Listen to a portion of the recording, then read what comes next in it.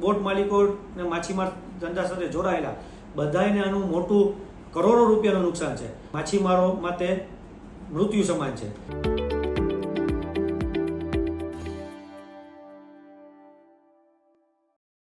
માછીમારો માટે તો આ મૃત્યુ ગ્રંથ સમાન છે કે અત્યારે જે છેલ્લા 2 મહિના એક કહે ને કે કમાણીના અમારે 2 પૈસા કમાવાના હોય છે કે એ કમાઈએ ત્યારે અમારે ઓફ સિઝનમાં અમારી બોટોનું મરમ્મતના કામકાજ કરાવી શકતા. ત્યારે આ જે ભાવ વધારો કાલે BPCL કંપની દ્વારા કરવામાં આવેલ છે એ માછીમારો માટે એકદમ વિશ્વાસઘાત કર્યો BPCL કંપનીએ. કેમ કે BPCL કંપનીએ GFCC સાથે ટેન્ડરિંગ કરેલું હતું. એમાં સ્પષ્ટ લખેલું હતું 2022માં 5 વર્ષ માટે ટેન્ડર થયેલું છે કે રિટેલર ભાવ કે કન્ઝ્યુમર ભાવ જે ભાવ ઓછો હોય તેમાંથી માછીમારોનું સ્પેશિયલ ડિસ્કાઉન્ટ બાદ કરી અને માછીમારોને ડીઝલ દેવું. એના ભાગરૂપે અમને છેલ્લા 2022થી રિટેલરમાં જે ગામનો ભાવ હોય એ પ્રમાણે અમને ડિસ્કાઉન્ટ બાદ કરીને ડીઝલ આપવામાં આવતું હતું. જે ગઈકાલે અચાનક BPCL કંપની દ્વારા એ કન્ઝ્યુમરમાં અમને નાખી અને સીધો 22 રૂપિયા ઉપરનો ભાવ વધારો જે ઝીકો એ માછીમારો માટે તો સમજો કે સહન થાય એવો જ નથી. અને ગુજરાતભરના તમામ બોટ માલિકો ને માછીમાર ધંધા સાથે જોડાયેલા બધાને આનું મોટું કરોડો રૂપિયાનું નુકસાન છે. તેવી જ રીતે અબજો રૂપિયાનું નુકસાન સરકારનું છે. કેમ કે જે ફિશ અમે લઈને આવશું એમાંથી જે રોયલ્ટી આપણે એક્સપોર્ટ થશે GDP બધાનો જે ફાયદો સરકારને થતો હોય એ બધાનો સતત આ અત્યારના સમયમાં મોટું નુકસાન છે. એટલે અમે ગઈકાલે આનો વિરોધ કરો આખી દરિયાઈ પટ્ટીએ પૂરજોશથી કર્યો છે. અમે શરૂઆત કરી છે સીધી પોરબંદરની વાત કરું તો મેં જેવી સવારે ભાવ આવ્યા તે તરત જ અમે અર્જુનભાઈ મોગવરિયાનો સંપર્ક કરી અને આપણા મંત્રી જે છે એના માધ્યમથી એને ફિશિંગ ડિપાર્ટમેન્ટના કમિશનરને જાણ કરી. તેવી જ રીતે મનસુખભાઈ માંડવિયાને એમ આના લાગતા વળગતા ફિશિસ મંત્રી જીતુભાઈ વાઘાણી, રાજ્ય કક્ષાના મંત્રી પરસોત્તમભાઈ સોલંકી એ બધાનો સંપર્ક કરી એ લોકોએ પણ આને તરત જ GFCCના MDને આની જાણ કરી અને કામે લગાવ્યા. GFCC પણ અમે ચર્ચા કરી. એ લોકોએ BPCL કંપનીને સોકોઝ નોટિસ આપી કે તમે ટેન્ડર જે આપણી યારે કરેલું છે એનો ખુલ્લો ઉલ્લંઘન કરેલ છે અને આ માછીમારો માટે મૃત્યુ સમાન છે. એટલે આ ભાવ વધારો તરત પાછો ખેંચો. હજી સુધી ભાવ વધારો ખેંચવામાં આવેલ નથી.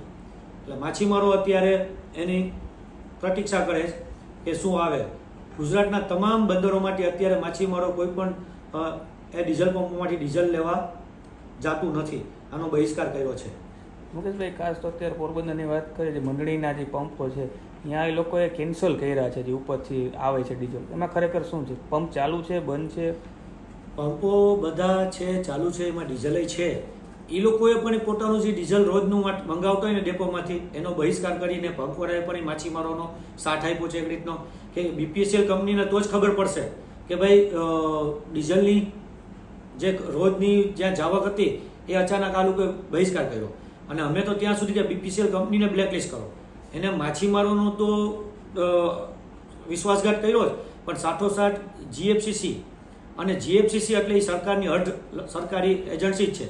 તો સાથોસાથ સરકારનો પણ એક ખુલ્લો ઉલ્લંઘન અને વિશ્વાસઘાત કર્યો BPCL કંપનીએ ટેન્ડરનો આ પ્રક્રિયાને રદ કરીને. આ ટેન્ડર છે એમાં સ્પષ્ટ છે જ. તો ને અમારો વિરોધ અત્યારે એ છે ને અમે અમારા નેતાઓને બધાને કીધેલું છે કે છેલ્લા 3 વર્ષથી બધાને તમને પત્રકાર મિત્રોને બધાને ખબર છે કે છેલ્લા 3 વર્ષથી ડીઝલનો ભાવ આંતરરાષ્ટ્રીય ડાઉન હતો. 5 રૂપિયાથી 25 રૂપિયા સુધીનો ડાઉન રહ્યો. ત્યારે કોઈ દિવસ અમને ભાવનો ઘટાડો આપવામાં આવેલ નથી.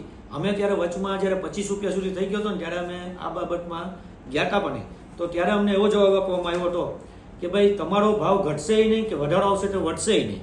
તમારો ટેન્ડર થયેલો છે એ મુજબ રહેશે. તો અત્યારે અચાનક શું કામ ભાવ વધારો કર્યો? એટલે આ માછીમારો માટે વિશ્વાસઘાત કર્યો છે. અને આ ભાવ વધારો જે કર્યો છે એ તાત્કાલિક પાછો પરત કરવામાં નથી આવેલો. તો ગુજરાતના તમામ માછીમારો અત્યારે જે બહિષ્કાર કરીને બેઠા છે એ આનો વિરોધ આંદોલન કરવું તો આંદોલન જે કરવું દરેક જગ્યાએ BPCL પંપો બંધ કરાવવાના થશે તો એ પણ અમે પીછે નહીં કરીએ એટલી અમારી તૈયારી છે. અત્યારે પંપો પાસે ડીઝલ લેતા નથી જેની પાસે પોતાની અત્યારે શું છે ઘણી બોટો બંધ હોય તો આજે મારી 3 બોટ આવી હોય તો મારી બીજી બોટોમાંથી થોડું થોડું હોય કાઢીને પણ અમે એક બોટને મોકલાવીએ બીજી બોટ બંધ કરીએ. ગુજરાત આખાની વાત કરીએ તો 25,000 ઉપરની બોટો છે. અત્યારની પરિસ્થિતિમાં સમજો કે 15,000 થી 20,000 ની અંદર બોટો ચાલુ હશે, કેમ કે છેલ્લી સિઝનમાં ઘણી બોટો બંધ થતી ગઈ હોય કે હોળી પછી ઘણા એવા પોતાના વ્યવસાય બંધ કરી લેતા હોય છે.